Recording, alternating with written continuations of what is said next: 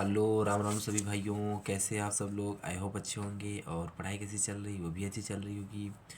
और हमारे पास क्या है, टाइम यार बहुत कम बचा है, ठीक है, एग्ज़ाम का। तो यार देखो, मेरा तबीयत सही नहीं है, फिर भी मैं वीडियोस आपके लिए बना रहा हूँ कंटिन्यू।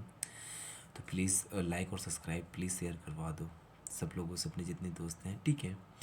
तो यार हमारा देखो, जो मॉडर्न फिजिक्स है, मॉडर्न फिजिक्स का जो हमारे पास चैप्टर नंबर 11 है, कौन सा, dual nature and radiation and matter, ठीक है। ये क्या है यार, हमारा छोटा चैप्टर है, क्या है, छोटा सा चैप्टर है। और हम इसको क्या करेंगे, सारे कॉन्सेप्ट पढ़ेंगे, जितने इंपॉर्टेंट टॉपिक्स हैं वो भी कवर करेंगे। और इसके जो PYQ हैं वो भी हम साथ साथ देखते चलेंगे, ठीक है। तो टाइम को ना वेस्ट करते हुए स्टार्ट करते हैं जल्दी से। सबसे पहले कि यार हम पढ़ते हैं कि हमारे पास जो ये, एक मिनट पहले आप सिलेबस देख लो। सिलेबस ये है, ठीक है, ये हमारा सिलेबस है। अच्छा, अब सिलेबस क्या है, सिलेबस है। तो हमारा जो फर्स्ट टॉपिक है वो क्या पढ़ना है, फोटोइलेक्ट्रिक इफेक्ट। हमारा जो फर्स्ट टॉपिक और मेन इंपॉर्टेंट टॉपिक है, फोटोइलेक्ट्रिक इफेक्ट। अच्छा, फोटोइलेक्ट्रिक इफेक्ट को हम दो तरह से पढ़ेंगे, ठीक है। तो आपको क्या थोड़ा सा प्रेजेंस ऑफ माइंड बना के रखना है, ठीक है, वीडियो स्किप करके नहीं जाना है। तो अब आपको हम स्टार्ट करते हैं कि फोटोइलेक्ट्रिक इफेक्ट क्या होता है, ठीक है। चलो यार देखो, हमारे पास चैप्टर का नाम क्या है, एक मिनट, ठीक है, हाँ। हमारे पास जो चैप्टर का नाम क्या है, dual nature, radiation and matter, ठीक है। अभी क्या हुआ, जो हमने रेडिएशन ऑफ लाइट, ठीक है, जो हमारी लाइट होती है, अभी हमने क्या पढ़ा, वेव नेचर। अभी इसके जस्ट पहले वाले चैप्टर में पढ़ा नहीं कि वे लाइट मानेगा वेव नेचर है। अब इस चैप्टर में हम क्या पढ़ेंगे, जो हमारा लाइट है वो कैसा, पार्टिकल नेचर भी शो करता है, कैसा, पार्टिकल नेचर भी शो करता है। और इसको इसको प्रूव किया किसने, किया, फोटो इलेक्ट्रिक इफेक्ट ने। किसको, किसने प्रूव किया, फोटो इलेक्ट्रिक इफेक्ट ने। और जो फिर सेकेंड पार्ट क्या है, matter, dual nature of matter. तो जो मैटर है, तो मैटर में क्या, हम सब लोग जानते हैं जो मैटर है वो कैसा है, पार्टिकल नेचर है। लेकिन जो मैटर है वो क्या था, वेव नेचर भी शो करता है, वेव नेचर भी शो करता है। इसको किसने प्रूव किया, electron division and jammer experiment. ये क्या हमारे सिलेबस से हटा दिया गया है, ठीक है। फिर भी हम आपको कॉन्सेप्ट बताएंगे इसके। तो देखो, हम बोर्ड के लिए पढ़ रहे हैं, हमें वही चीज़ें पढ़नी जो सिर्फ में पेपर में आनी है, ठीक है। तो क्योंकि हमारे पास टाइम बहुत कम है, 2 दिन का टाइम बचा है, तो हम नहीं चाहते हैं कि वो फालतू की चीज़ें पढ़ें जो पेपर में आनी नहीं है। तो इसलिए स्टार्ट करते हैं, dual nature and radiation and matter, ठीक है। तो हमारा जो सबसे फर्स्ट टॉपिक है वो क्या है, फोटो इलेक्ट्रिक इफेक्ट। क्या है, फोटो इलेक्ट्रिक इफेक्ट। देखो यार, फोटो इलेक्ट्रिक इफेक्ट क्या होता है आपको समझाते हैं। देखो, जैसे जैसे मेरे पास क्या होता है कि एक मेटल सरफेस है, कि ये क्या है, एक मेटल सरफेस है। अच्छा, मेटल सरफेस है, मेटल सरफेस में क्या होता है, इलेक्ट्रॉन्स क्या होते हैं, फ्रीली घूम रहे होते हैं, इलेक्ट्रॉन्स क्या फ्री घूम रहे होते हैं, ठीक है। अच्छा, फिर हमने क्या किया, इस पर क्या किया, लाइट को इंसिडेंट करवाया, लाइट को इंसिडेंट करवाया, ठीक है। और कैसी लाइट को इंसिडेंट करवाया, रेडिएशन ऑफ लाइट को, कि जो क्या हुआ, हाई फ्रिक्वेंसी और लो वेवलेंथ, दोनों बात सेम ही है, ठीक है। जब हमने रेडिएशन ऑफ लाइट को यहाँ पे इंसिडेंट करवाया, तो हमने ये देखा कि जो हमारी मेटल सरफेस थी, मेटल सरफेस पे इंसिडेंट करवाना है, तो वहाँ से देखा कि हम जो इलेक्ट्रॉन्स यहाँ पे हमारे पास मेटल सरफेस में थे, वो क्या कर रहे, इजेक्ट होके मेटल से बाहर आने लगे, ठीक है। क्या हुआ, जो हमारे पास फ्री इलेक्ट्रॉन थे वो मेटल से बाहर आने लगे। इसी फिनोमेना को क्या बोलते हैं, फोटो इलेक्ट्रिक इफेक्ट बोलते हैं। इसी फिनोमेना को ही फोटो इलेक्ट्रिक इफेक्ट बोलते हैं। क्या होता है, when the radiation of light, when the radiation of light high frequency wavelength in incident metal surface, कहाँ पे, metal surface पे, ठीक है। incident in metal surface the free electron are ejected, हमारे क्या होता है, जो फ्री इलेक्ट्रॉन थे वो क्या, इजेक्टेड आउट ऑफ मेटल से बाहर। This phenomena is photo electric effect. समझ में आया कि नहीं यार, मतलब क्या होता है, हमारे पास मेटल सरफेस थी, मेटल सरफेस में क्या हुआ, रेडिएशन ऑफ लाइट को इंसिडेंट करवाया मेटल सरफेस पे, जो इलेक्ट्रॉन थे वो इलेक्ट्रॉन क्या होता है, मेटल से बाहर निकल गए। तो इस फिनोमेना को क्या क्या बोलते हैं, फोटो इलेक्ट्रिक इफेक्ट। क्या बोलते हैं इसी को क्या बोलते हैं, फोटो इलेक्ट्रिक इफेक्ट। अच्छा, तो यार पेपर में आएगा तो मार्क्स का लिख दोगे ना डिफिनीसन, यही दोनों मार्क्स की डिफिनीसन लिख देना है और ये फिगर बना देना है, ठीक है। अब क्या होता है कि हमारा वर्क फंक्शन क्या होता है। अच्छा, वर्क फंक्शन को हम डिनोट किससे करते हैं, फाई से, किससे, फाई से। फिर क्या होता है, the minimum amount of energy required to eject an electron from the metal surface is called the work function. यार कितनी मिनिमम अमाउंट ऑफ एनर्जी लगी तुमको, इस कितनी मिनिमम अमाउंट ऑफ एनर्जी लगी इस मेटल सरफेस से इलेक्ट्रॉन को निकालने में, उसी को क्या बोलते हैं, वर्क फंक्शन। इसी को क्या बोलते हैं, वर्क फंक्शन बोलते हैं। अच्छा, जो रेडिएशन ऑफ लाइट आती है, ठीक है, जो रेडिएशन ऑफ लाइट आती है उस लाइट को, जो हमारे छोटे छोटे पार्टिकल होते हैं उनको क्या बोलते हैं, फोटान। क्या बोलते हैं, फोटान। फोटान्स को अच्छे से भी पढ़ रहे हैं, ठीक है। और दूसरा हमारा पॉइंट क्या है, work function depend on nature of metal. जो हमारा वर्क फंक्शन होता है वो ये किस पे डिपेंड करता है, नेचर ऑफ मेटल पे। या देखो कुछ मेटल होती हैं जो इजिली इलेक्ट्रॉन को क्या बोलते हैं, इजेक्ट कर देती है, लेकिन कुछ मेटल होती हैं जो इजिली इलेक्ट्रॉन को इजेक्ट नहीं करती हैं, ठीक है, इजिली इलेक्ट्रॉन को इजेक्ट नहीं करती हैं। अच्छा, अब क्या देखो, जो ये फोटान्स था, अब फोटान्स के बारे में पढ़ते हैं, हमें काफ़ी चीज़ें पढ़नी है, ठीक है। अब फोटान्स होता क्या है, देखो फोटान्स क्या होता है, लाइट कंसिस्ट ऑफ पार्टिकल। अभी हमने हमने यार हम लोग जानते हैं जो लाइट आती, जो हमारे जैसे हमारा सन है, ठीक है, हमारा सन है, ठीक है, सन है, और ये है यहाँ पे हम खड़े हुए, यहाँ पे हम खड़े हुए सरफेस पे, ठीक है। जब हमारे पास ये लाइट आती है ना, ये लाइट, ठीक है, लाइट आती है, ये क्या आते हैं, छोटे छोटे पार्टिकल की फॉर्म में आती है। किसमें, छोटे छोटे पार्टिकल की फॉर्म में आती है। इन छोटे छोटे पार्टिकल को क्या बोलते हैं, क्या बोलते हैं, क्या बोलते हैं, क्वांटा। क्या बोलते हैं, क्वांटा। मतलब बोलते नहीं यार कि जो हमारे पास एनर्जी आती है वो क्या होता है, छोटे छोटे पैकेट के रूप में आती है। किसमें, छोटे छोटे पैकेट के रूप में। और जो छोटे छोटे पैकेट जब हमारी ज़मीन पे पड़ते हैं तो क्या हो जाते हैं, फूट जाते हैं, जिससे क्या होता है, एनर्जी रिलीज होती है, जो हमारे आँखों तक दिखाई देती है, ठीक है। अच्छा, फिर क्या होता है, light consist of particle energy packet. जो हमारे लाइट क्या होता है, लाइट कंसिस्ट ऑफ पार्टिकल्स। जो हमारे इसके पार्टिकल्स होते हैं वो कैसे होते हैं, एनर्जी पैकेट। उनको एनर्जी पैकेट बोलते हैं, या इनको क्वांटा बोलते हैं। इसका फोटान्स होते हैं, उन्हीं को हम फोटान्स बोलते हैं, ठीक है। जो लाइट के कंसिस्ट जो पार्टिकल होते हैं उन्हीं को हम एनर्जी पैकेट बोलते हैं, या इन्हीं को क्वांटा बोलते हैं। यही क्या होते हैं, फोटान्स होते हैं, ठीक है। अच्छा, the mass of photons is not defined. हमारा जो फोटान का मास होता है वो डिफाइंड नहीं है।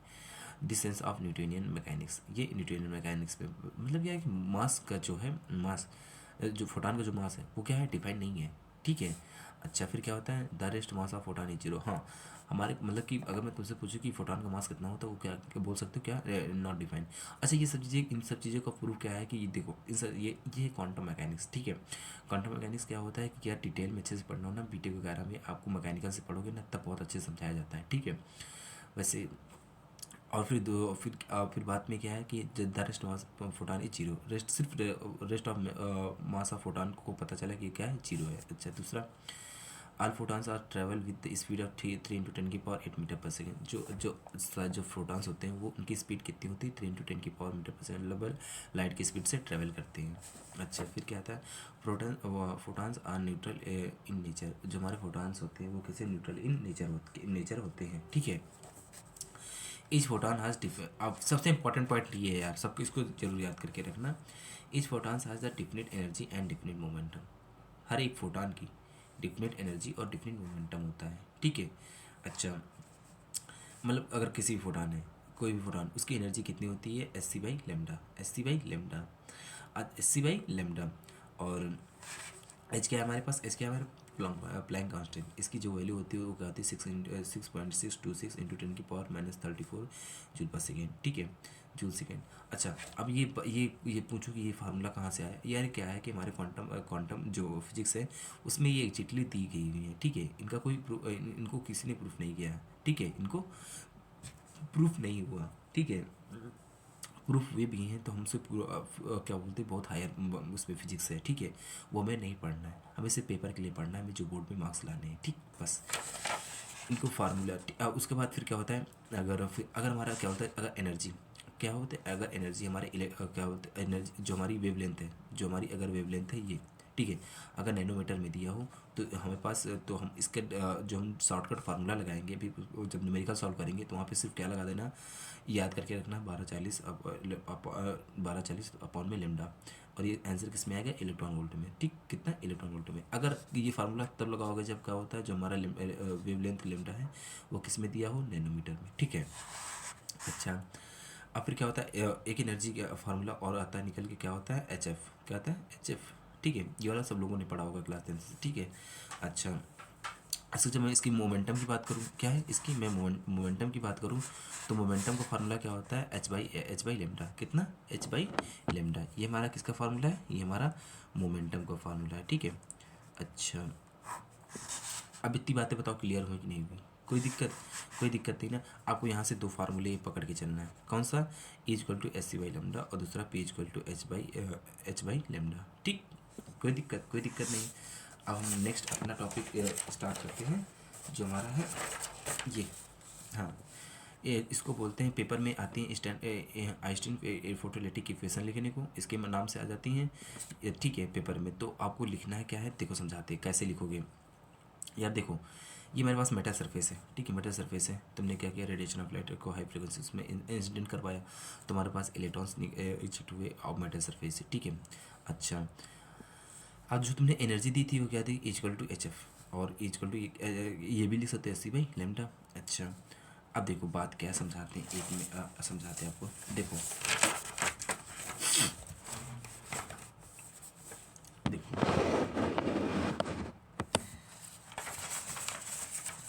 देखो दिख रहा है ना आपको? हाँ, देखो समझाते हैं। देखो ये हमारे पास मेटल सरफेस है, क्या है, मेटल सरफेस है ना। तो यहाँ पे हमने कहा एनर्जी, हमने कहा रेडिएशन को इंसिडेंट करवाया तो हमारा मेटल सरफेस से इलेक्ट्रॉन निकलना स्टार्ट हुआ है, ठीक है। हमने स्टार्टिंग माना जो हमारी एनर्जी वो क्या है, एच एफ है, कितनी एच एफ है ना, ये equal to S F by lambda है, ठीक है, एस सी बाई लेमडा है। अच्छा देखो बात क्या है, अब समझना, पूरा इंपॉर्टेंट टॉपिक कॉन्सेप्ट यहीं से।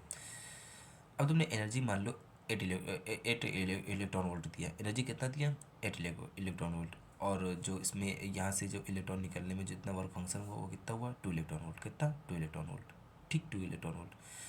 तो अगर देखो, अगर क्या, अगर हाँ, इस वाले मैं इलेक्ट्रॉन की बात करूँ तो इस वाले इलेक्ट्रॉन, जैसे यार क्या है कि देखो ये कोई मेटल सरफेस है ना, ये सपोज मेटल सरफेस है, हमने इस वाले इलेक्ट्रॉन पे हमने इंसिडेंट करवाया था। तो यार इस इलेक्ट्रॉन का जो इस इलेक्ट्रॉन को मतलब क्या है कि जो बगल वाला एटम होगा, बगल वाला एटम का न्यूक्लियस होगा, इसको अच्छे से अपनी ओर अट्रैक्ट कर रहा होगा। ये वाला जो हमारा इलेक्ट्रॉन जो ये वाला न्यूक्लियस होगा, ये इसको इलेक्ट्रॉन को अपने ओर अट्रैक्ट कर रहा होगा, और ये वाला न्यूक्लियस इसको चारों तरफ से न्यूक्लियस का अट्रैक्ट कर रहे होंगे, ठीक है। हम लोग लैटिस वाला पढ़ा था ना क्लास 11th में।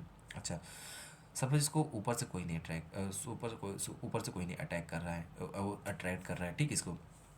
तो बात क्या है, देखो अब तुमने इसको यहाँ पे लाइट को इंसिडेंट करवाया, अब ये इलेक्ट्रॉन क्या होता है, एनर्जी लेकर, क्या इलेक्ट्रॉन एनर्जी लेकर बाहर जाएगा, ठीक है। अच्छा, कुछ क्या हो सकता है बात, जो काइनेटिक एनर्जी को, मतलब कि यहाँ पे तुमने लाइट को इंसिडेंट करवाया था, अब ये इलेक्ट्रॉन क्या करेगा, काइनेटिक एनर्जी को लेकर बाहर निकलेगा, बाहर निकलेगा। अब क्या होगा कि ये इलेक्ट्रॉन यहाँ पे क्या होता है, कोलाइड कर ले, कभी इस वाले इलेक्ट्रॉन से मतलब कि कोलाइड कोलिजन हो जाए, और इस वाले से, और भी मतलब डिफरेंट टाइप कहीं पे अंदर इधर उधर जिगजैग मोशन करने लगे, ठीक है। उसके बाद फिर वो इजेक्ट हुआ, तो उसमें क्या होता है कि एनर्जी क्या होती है, वेस्ट हो जाती है, ठीक है।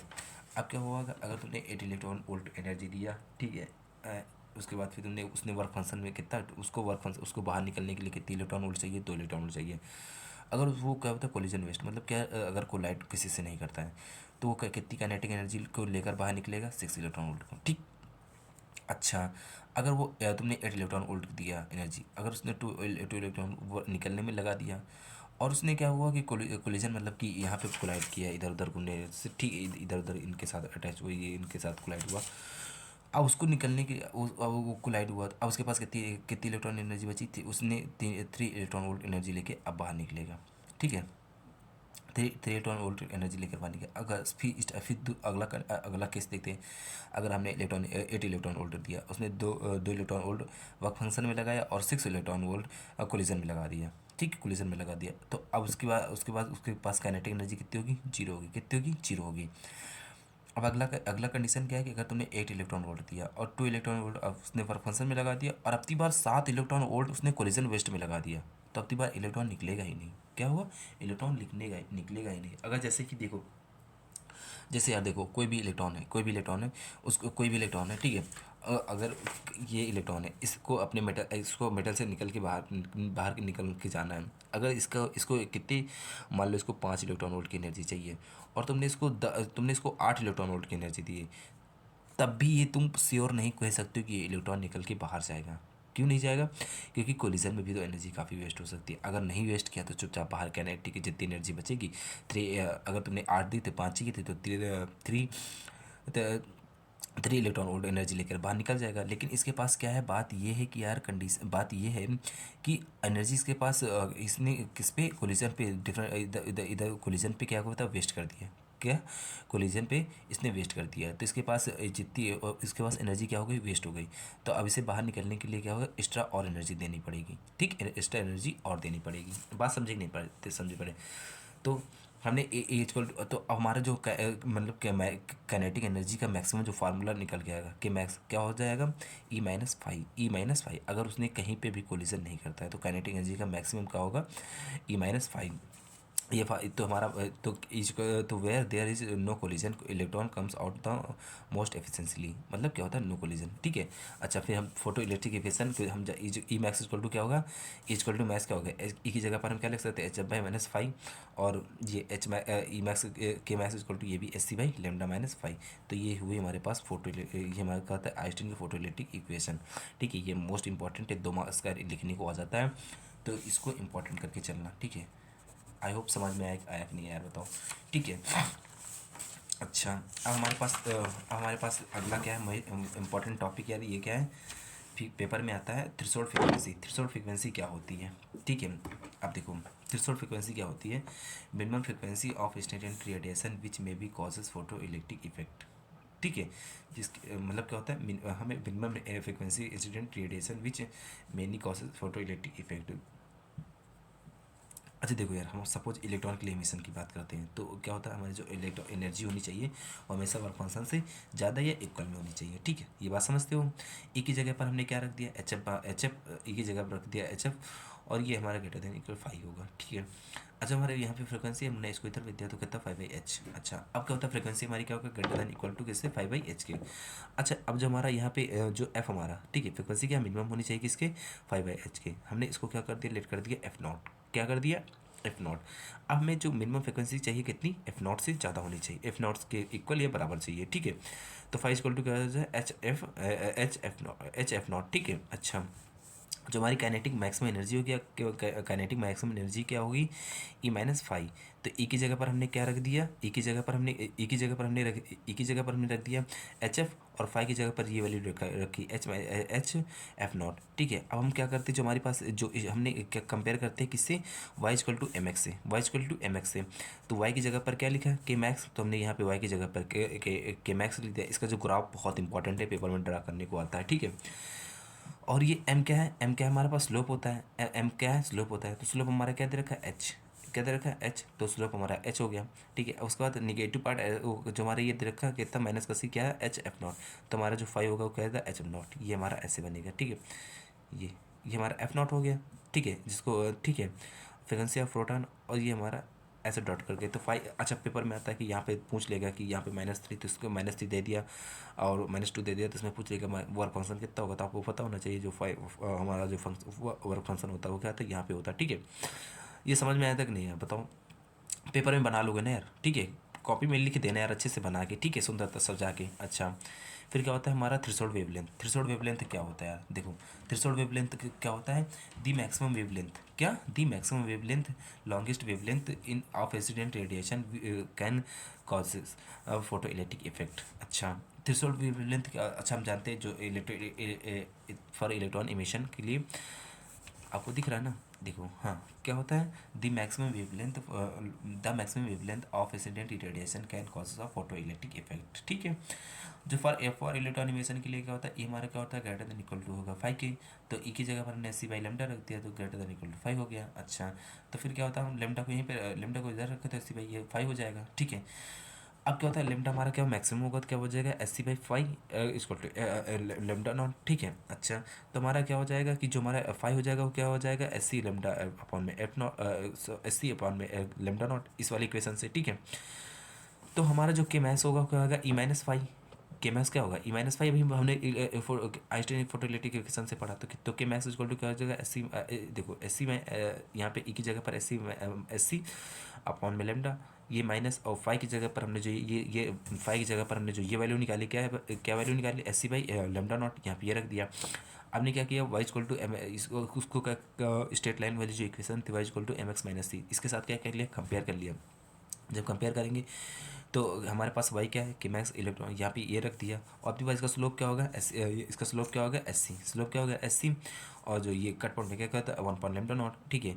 अच्छा, जो इसका नेगेटिव पार्ट होगा क्या, सी कांस्टेंट, तो क्या हो जाएगा S C by lambda naught, S C by lambda naught, ये क्या होता है वर्क फंक्शन। ठीक है, अब बताओ इस थ्रेशोल्ड वेवलेंथ और थ्रेशोल्ड फ्रिक्वेंसी में कोई दिक्कत यार, इसका फिगर अच्छे से बना के अच्छे से इसका ग्राफ अच्छे से बना के देख लेना, ठीक है, पेपर में। अब क्या होता है कि फोटो इलेक्ट्रिक इफेक्ट का हम दूसरा पार्ट करते हैं। देखो यार, अब हम क्या करेंगे, फोटो जो हम फोटो इलेक्ट्रिक इफेक्ट पढ़ रहे हैं, अब उसमें हमसे दो टॉपिक करने जा रहे हैं। कौन सा, फोटो करंट क्या होता है और स्टॉपिंग पोटेंशियल क्या होता है। इंपॉर्टेंट है यार, पेपर में डिफिनीसन लिखने को आ जाती है और कॉसेस और उसका कॉस्ट लिखने का आ जाता है। ठीक है, तो क्या करेंगे, ये एक्सपेरिमेंटल सेटअप पेपर में बनाएंगे। अच्छे से इसका एक्सपेरिमेंट सेटअप देख लो कैसे क्या करते हैं। हम क्या करेंगे कि यहाँ पे एक ग्लास का हम क्या लेते हैं, वैक्यूम चैम्बर लेते हैं। एक ग्लास का क्या करते हैं, एक वैक्यूम चैम्बर लेते हैं, दिख रहा है ना, ये वैक्यूम चैम्बर लेते हैं। ठीक है, और यहाँ पर थोड़ा सा हम यहाँ पर ये हल्का, यहाँ पे हम क्या करेंगे, ये हल्का सा जहाँ पे ये दिख रहा है ना, यहाँ पे थोड़ा सा हम ट्रांसपेरेंट विंडो छोड़ देंगे। ठीक है, फिर यहाँ पे हम क्या करेंगे, हम यहाँ पे दो मेटल प्लेट लगाएंगे। ठीक है, एक कैथोड, एक दूसरी एनोड। ठीक है, अच्छा ये लगा दिया। फिर हम क्या करेंगे, दोनों बैटरी को हम एक्सटर्नली क्या करते हैं, बैटरी से कनेक्ट कर देंगे। ठीक है, और यहाँ पे बीच में क्या लगा देंगे, एमीटर। ठीक है, मैं अच्छा मेज़र करने के लिए। ये बात समझ में आई कि नहीं बताओ। अच्छा, ये हमारी जो कैथोड वाली होगी, ये इमिटेड प्लेट होगी, और जो ये वाली होगी ये हमारी कलेक्टर प्लेट होगी। कैसे समझाते हैं, देखो आपको। अब क्या होता है, देखो यार, अब हम पूरे स्टेप देखो। अब क्या है कि यहाँ पे हमने जो हमारा ये विंडो थी, हमने क्या किया, रेडिएशन ऑफ लाइट को हमने यहाँ पे इंस्टेंट करवाया। ठीक है, इंस्टेंट करवाया, तो यहाँ पे इस प्लेट से क्या होंगे, हमारे क्या हो गया, इलेक्ट्रॉन्स निकलना स्टार्ट हो जाएंगे। ठीक है, इलेक्ट्रॉन्स निकलना स्टार्ट हो जाएंगे। अब इलेक्ट्रॉन निकलना स्टार्ट हो जाएंगे तो इलेक्ट्रॉन यहाँ से मूव करना शुरू कर देंगे। ठीक है, अब यहाँ से इलेक्ट्रॉन इमिट हो रहे हैं, और फिर क्या कर देंगे, हमारी जो कैथोड की, फिर कैथोड से फिर हमारे यहाँ इलेक्ट्रॉन मूव करते हुए हमारे एनोड की तरफ कलेक्ट होना शुरू हो जाएंगे। ठीक है, कलेक्ट होना शुरू हो जाएंगे। अगर सपोज यहाँ से हमारा क्या हुआ, ये फोटोन हमारा यहाँ पे इस प्लेट पे इंसिडेंट हुआ, यहाँ से इलेक्ट्रॉन निकला, इलेक्ट्रॉन यहाँ से निकलते हुए इस यहाँ से होते हुए, और फिर होते हुए फिर ये कैथोड मतलब कि एनोड से कैथोड से निकला, फिर एनोड से होते हुए बैटरी से होते हुए ये यहाँ पे फिर कैथोड में पहुँच गया। अब ये क्या हुआ, सर्किट पूरा कंप्लीट हो गया। तो यहाँ पे क्या हुआ, हमारे पास क्या जो यहाँ पे कैथोड, जब सर्किट कंप्लीट होगा तो करंट यहाँ पे करंट बन गई। उस करंट को क्या बोलते हैं, फोटो करंट। क्या बोलते हैं उस करंट को, फोटो करंट बोलते हैं। क्या होता है, the current due to the flow of photo electron. क्या, the current due to flow of photo electron emitted by cathode, this is called the photo current. Photo current क्या होता है यार, फोटो करंट क्या होता है, यहाँ से कैथोड प्लेट से हमारा इलेक्ट्रॉन निकला, उसके बाद फिर नोड से होते हुए पूरा सर्किट फिर वापस कैथोड पे प्लेट पहुंच गया, तुम्हारा सर्किट क्या हो गया, कंप्लीट हो गया। तो जो हमारी इस दौरान हमारी जो करंट बनी उसको क्या बोलते हैं, फोटो करंट बोलते हैं। ठीक है, the electron do the flow of photo electron emitted by A cathode is called the photo current. बताओ, कोई दिक्कत नहीं ना। अच्छा, अब बात क्या है, यहाँ पे देखो, इस पूरे सेटअप में एक प्रॉब्लम है। क्या प्रॉब्लम, समझाते देखो आपको। देखो, यहाँ पे रेडिएशन ऑफ लाइट हम यहाँ पे फोटोन पे स्टैंड करें। ठीक है, यहाँ से इलेक्ट्रॉन निकलना शुरू हुआ है। ठीक है, इलेक्ट्रॉन यहाँ से निकलना शुरू हुए। अच्छा, निकलते हैं यहाँ पे देखो यार, इलेक्ट्रॉन जब निकलना शुरू हुआ है तो क्या होता है कि यहाँ पे हम कुछ टाइम से बाद क्या होता है, इलेक्ट्रॉन बहुत ज़्यादा इकट्ठे हो जाएंगे। भाई यहाँ से इलेक्ट्रॉन निकलते जा रहे हैं, इस प्लेट से, और फिर कुछ टाइम से क्या हो जाएगा कि बहुत सारे इलेक्ट्रॉन इकट्ठा हो जाएंगे। ठीक है, अब जो यहाँ पे बहुत सारे इलेक्ट्रॉन इकट्ठा हो गए, अब क्या होगा कि जो हमारा नया इलेक्ट्रॉन है वो निकलना चाहेगा, लेकिन यहाँ पे देखा कि पहले से इलेक्ट्रॉन बहुत ज़्यादा इकट्ठे है, तो उसको क्या होगा, प्रॉब्लम आने लगी। क्या होगा, प्रॉब्लम क्रिएट होने लगी। फिर यहाँ पे फिर दूसरा फोटोन आया, इस पे स्टैंड किया, उसके बाद फिर उसने देखा कि आगे इलेक्ट्रॉन बहुत सारे हैं, उस आगे इलेक्ट्रॉन बहुत सारे हैं, तो अब इसको क्या हो गया कि प्रॉब्लम आने लगी। ठीक है, अब यहाँ पे क्या हो गया, एक स्पेस चार्ज क्रिएट हो गया। क्या हो गया, स्पेस चार्ज, इसको क्या बोलते हैं यहाँ पे, एक स्पेस चार्ज क्रिएट हो गया। ठीक है, अच्छा, तो स्पेस चार्ज क्या होते हैं, स्पेस चार्ज क्या होते हैं, देखो, the negative charge of region between the cathode and anode to large number of photo electron. ठीक है, हम large number of electron anode और कैथोड के बीच में यहाँ पे इकट्ठा हो जाते हैं, उनको क्या बोलते हैं, उसी को क्या बोलते हैं, स्पेस चार्ज। ठीक है, अच्छा, अब देखो बात क्या है, अब यहाँ तक मेरे को समझ में आया होगा, यहाँ तक कहानी क्या चल रही थी। ठीक है, अच्छा, अब देखो, सॉरी, ये स्पेस चार्ज यहाँ तक समझ में आई नहीं है, बताओ। अब बात देखो क्या करते हैं, अब क्या करेंगे हम यार, कि हम क्या करेंगे कि अगर इस प्रॉब्लम को हमें दूर करना है। इस प्रॉब्लम को अगर दूर करना है तो अगर हम क्या करें कि यहाँ पे इस जो हमारी एनोड वाली प्लेट थी, यहाँ पर हम क्या लगा दें, पॉजिटिव चार्ज लगा दें। क्या करते हैं कि पॉजिटिव के हम मतलब इसका पोटेंशियल बढ़ा दें या पॉजिटिव चार्ज यहाँ पे लगा दें। तो यहाँ पे नेगेटिव चार्ज होता है तो जस्ट इसको क्या करेगा, अपनी ओर अट्रैक्ट कर लेगा, अपनी ओर अट्रैक्ट कर लेगा।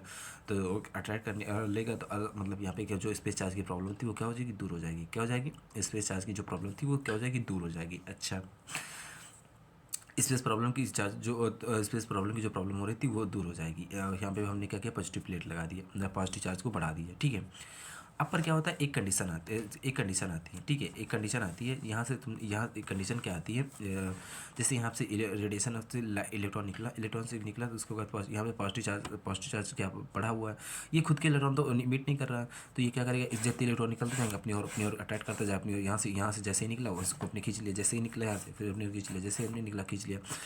फिर क्या होता है, कुछ टाइम से बाद क्या हो जाएगा, एक सिचुएशन बन जाएगी। जैसे इलेक्ट्रॉन निकलेगा वैसे अंदर, जैसे निकलेगा वैसे ही, जैसे निकलेगा वैसे, जैसे निकलेगा अंदर, जैसे यहाँ से इलेक्ट्रॉन निकलेगा वैसे ही इसके पास, जैसे ही कहते इसको कहते एनोड अपने ओर अटैक कर लेगा, जैसे ही निकलेगा उसको अपने एनोड कर लेगा, अटैच कर लेगा, जैसे ही निकलेगा उसके एनोड अपनी ओर अटैच कर लेगा। तो क्या होगा, एक सेचुरेशन बन जाएगी। क्या हो जाएगी, एक सेचुरेशन बन जाएगी। उसी को क्या बोलते हैं, सेचुरेशन करंट। उसी को क्या बोलते हैं, सेचुरेशन करंट। तो यार क्या हुआ, जो सिचुएशन करंट थी वो समझ में आई आपकी। ठीक है, अब क्या करें यार कि जो हमारी प्लेट थी ना, हम पॉजिटिव चार्ज को अप्लाई किए थे। ठीक, अगर हम क्या करें यहाँ पे निगेटिव चार्ज को क्या करें, निगेटिव चार्ज बहुत सारा यहाँ पे प्रोवाइड कराएं। ठीक है, अब निगेटिव चार्ज को हमने प्रोवाइड कराया बहुत सारा। ठीक है, अब क्या होगा, यहाँ पे रेडिएशन हमने जो फोटॉन्स था वो वहाँ पे यहाँ कैथोड प्लेट पे इंसिडेंट किया। उसके बाद फिर क्या हुआ, इलेक्ट्रॉन्स निकलने स्टार्ट हुए। अब इलेक्ट्रॉन्स यहाँ पे निकलना स्टार्ट हुए, यहाँ से फिर गए, यहाँ से गए फिर वैक्यूम चैम्बर से होते हुए गए। तो यहाँ पर जब कैथोड एनोड के पास आए तो यार एनोड के पास देखें वहाँ पे नेगेटिव चार्ज था। भाई अब इस इलेक्ट्रॉन को जाने में बहुत ज़्यादा प्रॉब्लम हो रही थी, क्योंकि नेगेटिव सामने और ये इनके पास खुद का चार्ज नेगेटिव। तो किस तरीके से पहुँचे, हमने क्या किया, थोड़ा सा और चार्ज नेगेटिव चार्ज को और इंक्रीज़ किया। फिर दूसरा इलेक्ट्रॉन आया, तो दूसरा इलेक्ट्रॉन बहुत रेयर केस में वहाँ एनोड प्लेट पे पहुँच पाया। फिर हमने क्या किया, हमने जो नेगेटिव चार्ज था हमने कहा और उसको और इंक्रीज़ कर दिया, और काफ़ी उसकी वैल्यू को और इंक्रीज़ कर दिया। ठीक, फिर जब और वैल्यू को इंक्रीज़ किया तो अब की बार जो इलेक्ट्रॉन जाना चाह रहे थे वो जा ही नहीं पा रहे थे, फिर क्या हो रहे हैं, रुक जा रहे। और फिर और जो इलेक्ट्रॉन आ रहे थे वो जाना चाह रहे थे एनोड की तरफ, वो जा ही नहीं पा रहे थे। ठीक है, फिर बाद में थोड़ी देर बाद एक ऐसी सिचुएशन आ गई जहाँ से कोई भी कैथोड से इलेक्ट्रॉन एनोड की तरफ जा ही नहीं पा रहा, एनोड कैथोड की तरफ से एनोड की तरफ जा ही नहीं पा रहा। उस सिचुएशन को ही बोलते हैं स्टॉपिंग पोटेंशियल। क्या बोलते हैं, स्टॉपिंग पोटेंशियल। समझ में आया होगा। अब हम क्या करते हैं, डिफिनीशन पढ़ लेते हैं। ठीक है, अब देखो क्या होता है, सिचुएशन करंट क्या होती है। सबसे पहले इन इनकेस द पॉजिटिव, दिख रहा है ना आपको यार, हाँ देखो, in increase positive potential and anode with respect to cathode, more than the more electron are attached towards the anode, and the photocurrent increase until the reach of association values। ठीक है, समझाया था मैंने भी। फिर क्या होता है, अगर if we apply negative potential anode with the respect to cathode, photo electrons will be repelled। क्या करेंगे, रिपेल करेंगे, क्योंकि भाई दोनों तरफ हमारे पास क्या है, यहाँ इधर भी निगेटिव और इधर भी निगेटिव चार्ज। ठीक है, जब हमारे पास दोनों तरफ हमने एनोड पर जब हमने निगेटिव चार्ज को अप्लाई कर दिया तो अब क्या होगा, कोई भी इलेक्ट्रॉन निगेटिव तरफ जा नहीं पा रहा, क्योंकि एक दूसरे को क्या कर रहे हैं, रिपेल कर रहे हैं। ठीक है, अच्छा, फिर क्या कर रहे हैं, जब रिपेल कर रहे हैं by the anode photo current will be decrease the further of increase the negative potential, और निगेटिव पोटेंशियल को और इंक्रीज किया, and the anode of situation arise when the no electron are reached to anode, then this the photo current become zero। अब हमारे पास वहाँ पे क्या हमारे पास जब कोई भी इलेक्ट्रॉन कैथोड से कोई भी इलेक्ट्रॉन हमारा एनोड की तरफ नहीं पहुंच पा रहा, तो वहाँ पे जब कोई भी नहीं पहुंच पा रहा, तो वहाँ से हमारा जो हमारा इलेक्ट्रॉन पूरा सर्किट कंप्लीट कर रहा था, अब वो इलेक्ट्रॉन जब पूरा सर्किट को कंप्लीट नहीं कर पाएगा तो वहाँ पे हमारी जो फोटो करंट होगी वो क्या हो जाएगी, जीरो हो जाएगी। अच्छा, जब जीरो हो जाएगी तो अब फिर क्या होगा, जो हमारी stopping potential, the minimum magnitude of the negative potential on anode with respect to cathode which can just stop the photo current. जहाँ पर हमारी फोटो करंट क्या होती है, जस्ट स्टॉप हो जाती है, इस कॉल्ड स्टॉपिंग पोटेंशियल। उस पोटेंशियल को क्या बोलते हैं, स्टॉपिंग पोटेंशियल। उस पोटेंशियल को क्या बोलते हैं, स्टॉपिंग पोटेंशियल। जहाँ से हमारा फोटो करंट मतलब फोटो करंट बंद हो जाता है, उस जो बीच में जो पोटेंशियल होता है उसी को हम क्या बोलते हैं, स्टॉपिंग पोटेंशियल। आई होप समझ में आया होगा ना भाई यार मेरी, पक्का। तो प्लीज़ लाइक कर दो। फिर भाई मेरे देखो ये ग्राफ यार इंपॉर्टेंट है, ठीक है, पेपर में बना के आना इसको। देखो, ये हमारे पास स्टॉपिंग पोटेंशियल क्या होता है, स्टॉपिंग पोटेंशियल में क्या होता है, हमारे पास कोई भी इलेक्ट्रॉन कोई भी इलेक्ट्रिक कोई भी फोटो इलेक्ट्रॉन कैथोड से एनोड की तरफ नहीं जाता है, तो वहाँ पे स्टॉपिंग पोटेंशियल हमारा क्या होता है, निगेटिव, मतलब समझ रहे हो ना। फिर क्या होता है कि सिचुएशन करंट में क्या होता है कि पहले एक इलेक्ट्रॉन दो इलेक्ट्रॉन जा रहे होते हैं, इनको अपनी ओर खींच रहा होता है, फिर एक ऐसी सिचुएशन आ जाती है जहाँ पे सिचुएशन करंट जैसे ही अपने सारे इलेक्ट्रॉन को मतलब जैसे ही निकलेगा वैसे अपनी ओर अट्रैक्ट कर लेता है, ठीक है, कैथोड अपनी खींच लेता है, तो वहाँ पे क्या होता है, सिचुएशन करंट बन जाती है। इसको ये वाला सिचुएशन करंट, ये फोटो करंट है, ठीक है।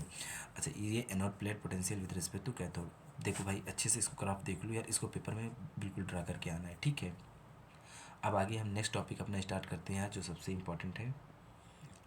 तो यार हमारा अगला इम्पोर्टेंट टॉपिक क्या है, वेव नेचर ऑफ मैटर, जिसको बोलते हैं डिवॉगली हाइपोथेसिस। भाई बहुत इंपॉर्टेंट है यार, ठीक है, हाइपोथेसिस लिखने को आता है, ठीक है, 2 मार्क्स का, आप लोग इसको करके आना है, ठीक है।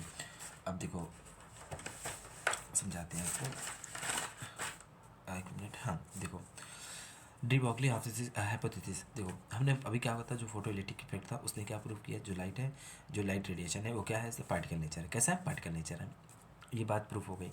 अब जब बात हमारी जो लाइट थी, लाइट हमारे कितने टाइप के नेचर शो करती है, 2 टाइप के, एक वेव नेचर, दूसरा होता है पार्टिकल नेचर। तो वेव नेचर को प्रूफ किसने किया था, हमने इसके पहले वाले प्रीवियस चैप्टर में आप लोगों ने पढ़ा होगा, इंटरफेरेंस, डिफ्रैक्शन और पोलराइजेशन, ये पढ़ा था ना यार, तीनों इंपॉर्टेंट है, इनको करके जाना पेपर में, ठीक है।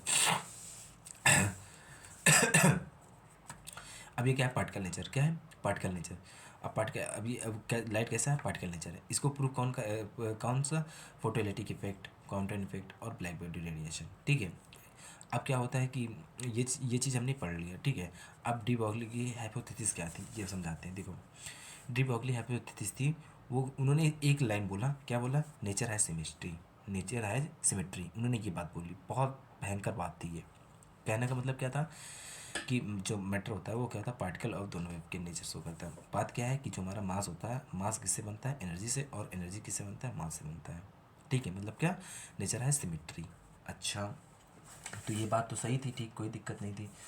अब बात इन्होंने हाइपोथेसिस में क्या बोली कि every moving particle has a wave associated with it. बहुत भयंकर बात है, क्या बोला उन्होंने, every moving particle has a wave associated with it. मतलब कि यार कोई भी पार्टिकल हो जो मूविंग है, मतलब कोई भी पार्टिकल जो मूविंग है उसके पास क्या, एक वेव नेचर होता है, क्या होता है, एक नेचर वेव, एक वेव नेचर होता है।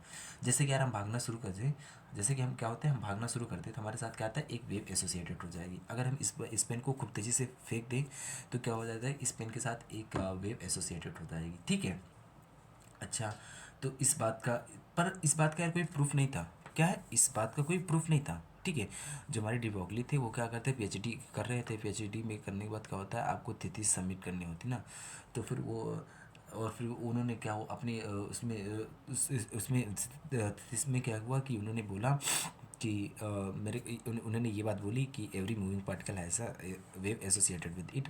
तो उन्होंने कहा अच्छा, तो उन्होंने बोला कि इस बात का कोई प्रूफ नहीं है, तो उन्होंने कहा कि इसको कैसे माने कि ये सही है कि नहीं सही है। तो फिर उन्होंने क्या किया, उस टाइम के सबसे साइंटिस्ट, ठीक है, एडिसन को, आइंस्टीन को बुलाया, सॉरी आइंस्टीन को बुलाया, तो आइंस्टीन ने कहा देखो, इस प्रूफ का बात जो है, इसमें बात में क्या है, दम है, बात में दम है, पर प्रूफ तो नहीं है।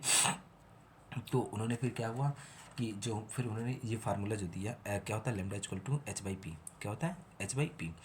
अच्छा, जैसे कोई भी जैसे कोई पार्टिकल है उसके पास मास एम है, ठीक है, हमने उसको वेलोसिटी से उसको क्या वेलोसिटी से वो स्पीड से वेलोसिटी से वो क्या कर रहा है, रन कर रहा है, ठीक है। तो इसके साथ पी इक्वल टू क्या हो जाएगा, उसका मोमेंटम क्या हो जाएगा, पी इंटू वी। तो जो हमारा उन्होंने उसके बाद जो हमारी वेवलेंथ इक्वल टू, तो लेमडा इक्वल टू क्या हो जाएगा, एच अपॉन पी। तो लेमडा क्या होता है, वेवलेंथ होती है, और पी क्या होता है, मोमेंटम, तो मोमेंटम पार्टिकल। अच्छा, एच क्या है, प्लांक कांस्टेंट, ठीक है। अब देखो यार, बात जो हमारी ये इक्वेशन है, H equal to H, lambda equal to H upon P. अब देखो, ये लेमडा क्या है, हमारी वेवलेंथ है, और पी क्या है, हमारा मोमेंटम पार्टिकल, ठीक है। अब ये जो हमारी इक्वेशन, ये दोनों प्रकार के नेचर को शो कर रही है, किसे, पार्टिकल नेचर को भी, और क्या बोलते हैं, वेव नेचर को। वेवलेंथ किस में होती है, वेव में, और जो मोमेंटम होता है ये किस में होता है, पार्टिकल में। तो हमारा जो ये इक्वेशन, ये दोनों टाइप के नेचर को शो कर रही है, ठीक है। तो उन्होंने कहा अच्छा ऐसी बात है, तो उन्होंने फिर उसको कहा किया कि पीएचडी की उपाधि दे दी। उसके बाद उनको नोबेल पुरस्कार भी इसी बात के लिए मिला, ठीक है। पर इस बात का प्रूफ नहीं था। उसके बाद फिर क्या होता है, हमारे जो जर्मन डिवीजन थर्म जो हमारे पास उसके बाद जो एक्सपेरिमेंट पढ़ेंगे वो इसी बात को प्रूफ करता है, ठीक है। अब बात क्या थी, ये हमने तो ये पढ़ लिया। तो उसके बाद जहाँ उस टाइम के जो साइंटिस्ट थे उन्होंने कहा यार अभी तक हमने क्या हुआ, डिफरेंट टाइप की वेव पढ़ी, साउंड वेव, डिफरेंट टाइप की वेव्स पढ़ी, पर ये किस तरह की वेव है। तो उन्होंने इस वेव का नाम दिया मैटर वेव। कैसा, मैटर वेव, ठीक है। तो आई होप समझ में आया कि नहीं आया। तो बात फिर क्या थी, अब समझाते हैं आपको मेन इंपॉर्टेंट कॉन्सेप्ट। तो फिर क्या हुआ कि मैंने भी क्या बोला, एवरी मूविंग पार्टिकल, जो कोई भी पार्टिकल होता है जो मूव कर रहा होता है, तो उसके पास क्या होती है, एक वेव एसोसिएटेड होती है। तो हमने कहा अच्छा ऐसी बात है। तो मैंने कहा हाँ, तो उन्होंने कहा हाँ, उस टाइम के जो साइंटिस्ट थे। तो एक फिर क्या हुआ कि एक एक्सपेरिमेंट क्या हुआ, जैसे कि मैं आपको समझाऊँ। ये मेरे पास एक दोस्त है मेरा, ठीक है। उसका मास कितना है, 100 kg, काफ़ी मोटा ताज़ा इंसान है, ठीक है, 100 kg है। अच्छा, और उसकी स्पीड कितनी है, 10 मीटर पर सेकेंड। तो ये चाहता है कि मुझे वेव बनना, मेरे को वेव मैं बनना चाहता हूँ। तो मैंने कहा अच्छा ऐसी बात है। तो फिर क्या होता है कि हम इसकी हम वेवलेंथ फाइंड करते हैं। तो वेवलेंथ इक्वल टू क्या होता है, एच अपॉन पी। तो एच और पी इक्वल टू क्या होता है, एम इन टू वी। तो एच की वैल्यू हमने रख दिया और पी एम की वैल्यू 100 और वी की वैल्यू 10 रख दिया। जब इसकी वेवलेंथ को हमने कैलकुलेट किया, तो वेवलेंथ को जब कैलकुलेट किया तो हमारे पास जो वेवलेंथ आ रही थी बहुत छोटी आ रही थी। क्या आ रही थी, बहुत छोटी आ रही थी। Very very small, can not be detected. हमारी क्या जो इतनी मतलब कि वेवलेंथ जो आ रही थी बहुत छोटी आ रही थी। आज हम स्पेक्ट्रम पढ़ते हैं, जो स्पेक्ट्रम पढ़ते हैं, जो मिनिमम स्पेक्ट्रम की जो वेवलेंथ होती है उससे कई गुना हमारी जो हमारी वेवलेंथ निकल के आई थी ये। तो इसको क्या करते हैं, इसको हम जो ये हमारी जो वेवलेंथ थी ये वेरी वेरी स्मॉल, इसको हम क्या कहते हैं, डिटेक्ट नहीं कर पा रहे थे, ठीक है। आप एनसीईआरटी को ओपन करके देखोगे तो वहाँ पे उन्होंने एक बॉल लिया जिसका मास इतना, उसके बाद उसकी स्पीड इतनी है, इसकी जब वेवलेंथ निकालोगे तो क्या होता है, मेजरेबल नहीं है, उसको मेज़र नहीं कर सकते हो।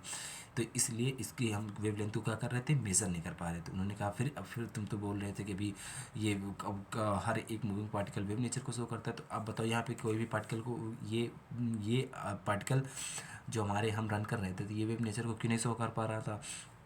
उन्होंने कहा अच्छा आप ऐसी मेरी बात सुनिए, आप हम ना इस जो हमारी ये वेवलेंथ है, हम आप इसको इलेक्ट्रॉन छोटे पार्टिकल के लिए अब देखते हैं, तो छोटे पार्टिकल के लिए देखते हैं, ठीक है।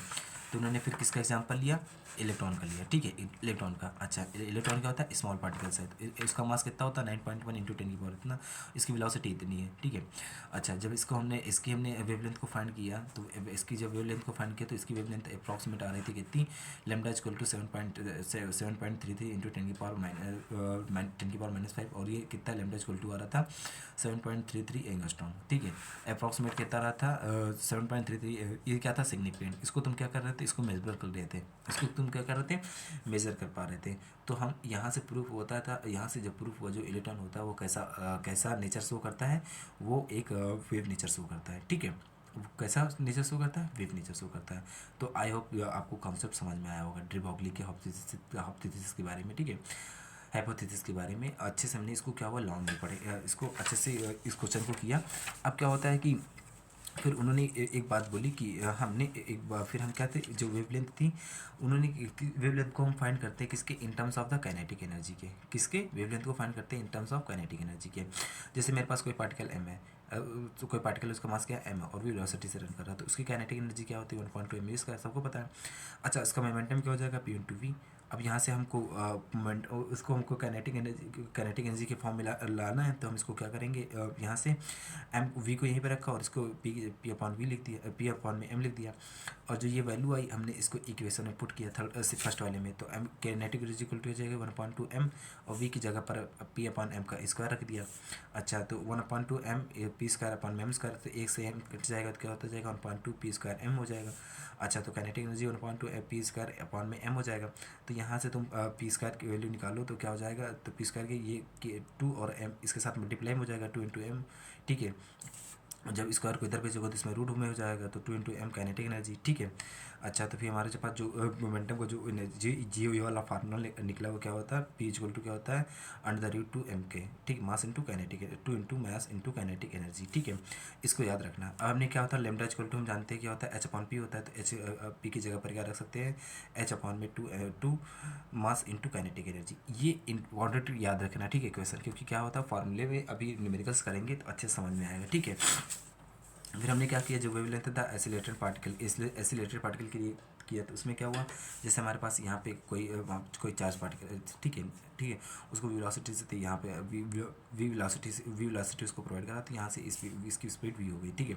तो इसमें क्या होता है, वर्क डन क्या होगा, तो वर्क डन जानते हैं क्या होता है, क्यू इन टू वी, तो हमारे पास, तो फिर this work done is the expenses of kinetic energy. तो काइनेटिक एनर्जी क्या हो जाएगी, काइनेटिक एनर्जी किसके बराबर, जो वर्क डन के, तो वर्क डन कितना हो जाएगा, क्यू इन टू वी। तो हम जब काइनेटिक एनर्जी का जो फार्मूला लिखेंगे वो क्या हो जाएगा, एच अपॉन में क्या, एच अपॉन में टू, अब इतनी बार यहाँ काइनेटिक एनर्जी के पर क्या लिख देंगे, टू एच अपॉन में two mass into kinetic energy लिख देते, तो अब काइनेटिक एनर्जी पर क्या लिख देते, क्यू इंटू वी लिख देंगे, ठीक है, क्यू इंटू वी लिख देंगे। अच्छा, पर इसके लिए हमारे पास एक जो CRT में भी दे रखा, और उसका एक शॉर्टकट क्या है, फॉर इलेक्ट्रॉन के लिए, क्या था, फॉर इलेक्ट्रॉन के लिए, जैसे इलेक्ट्रॉन है, ठीक है, इलेक्ट्रॉन को हमने वेलोसिटी दी थी, तो काइनेटिक, तो हमारे पास जो काइनेटिक एनर्जी होगी काइनेटिक, तो उसको क्या लिख सकते हैं, इलेक्ट्रॉन वोल्ट लिख सकते हैं, ठीक है। इसको क्या हो जाएगा, हमारे पास चार्ज इंटू, इसमें क्या होता है, चार्ज इंटू वेलोसिटी, तो इसमें क्या होता है, इलेक्ट्रॉन इंटू वेलोसिटी कर दिया, तो यहाँ पे, अच्छा, अब यहाँ पे क्या होता है कि हमने ये एच की वैल्यू हमें पता है, ठीक है, एच की वैल्यू हमें पता है, और एक, अब देखो यार, हमें यहाँ पे क्या है, हमें इलेक्ट्रॉन, इसकी इलेक्ट्रॉन की भी पता है, इसकी भी स्पीड पता है, इसकी भी स्पीड पता है, जब इन सारी जब हमें एच और एम ई और इसकी ए की वैल्यू, जब इन सबको वैल्यू रखते हैं, तो हमारे पास जो लेमडा आता है, उस लेमडा की जो शॉर्टकट फार्मूला आता है वो कहता है 150 upon V V, under the root 150 upon V V, ये, और लेमडा किस में होना चाहिए, एंगस्ट्रॉम में दिया, ठीक है, एंगस्ट्रॉम में निकलता है। आई होप समझ में आया होगा, ठीक है। और NCERT में ऐसे दे रखा, ठीक है, मतलब कि इसको रूट 150 को 12.27 और अपॉन में इसको वेलोसिटी भी, तो लेमडा किस में, एंगस्ट्रॉम का, ठीक है। आई होप समझ में आएगी, नहीं यार, बताओ दोनों, ठीक है, ये दोनों फार्मूले याद रखना। अच्छा, न्यूमेरिकल कैसे आता है, ये देखो, देखो देखो न्यूमेरिकल कैसे आता है, देखो, कह रहा है कि find the de Broglie associated with the electron accelerated at the 600 electron volt, ठीक है। तो लेमडा ए, तो अभी हमने क्या होता है, इलेक्ट्रॉन के लिए भी शॉर्टकट फार्मूला क्या पढ़ा था, शॉर्टकट फार्मूला क्या था, पढ़ा था, अंडर द रूट 150 अपॉन में वी, ठीक है, अंडर द रूट में, तो क्या था डी, तो लेमडा ए इक्वल टू कितना हो जाएगा, 150 अपॉन में वी, अंडर द रूट में, तो फॉर इलेक्ट्रॉन के लिए, तो अब हम इसकी वी की जगह पर ये पुट कर देंगे, ठीक है, तो इसको काट देंगे, तो 15 चौके 60 आ जाएगा, तो इसको क्या ले सकते हो, 1.2, तो इसको जब सॉल्व करोगे तो कितना, 0.5 एंगस्ट्रॉम। तो आई होप समझ में आया कि नहीं आया, बताओ, ठीक है। तो देखो यार, इस चैप्टर में जितना पढ़ना था हमने पढ़ लिया, ठीक है, चैप्टर कंप्लीट होता है। अब क्या करना है कि इस चैप्टर के PYQ अच्छे से एक बार देख लीजिए, और बाकी इस चैप्टर में ग्राफ बहुत अच्छे से एक बार पढ़ लेना, ठीक है, जितने ग्राफ है, थ्रेशोल्ड फ्रीक्वेंसी, थ्रेशोल्ड वेवलेंथ और अदर टाइप की, उनको अच्छे से कर लेना, बाकी चैप्टर कंप्लीट होता है, तो ठीक है। फिर आप लोग अच्छे से पढ़ाई करते रहो, और ऑल द बेस्ट यार, और प्लीज़ अच्छा अगर आपको लगा हो लेक्चर, तो प्लीज़ लाइक और सब्सक्राइब कर देना, और इस प्यारी स्माइल के साथ हम लोग विदाई लेते हैं, बाय।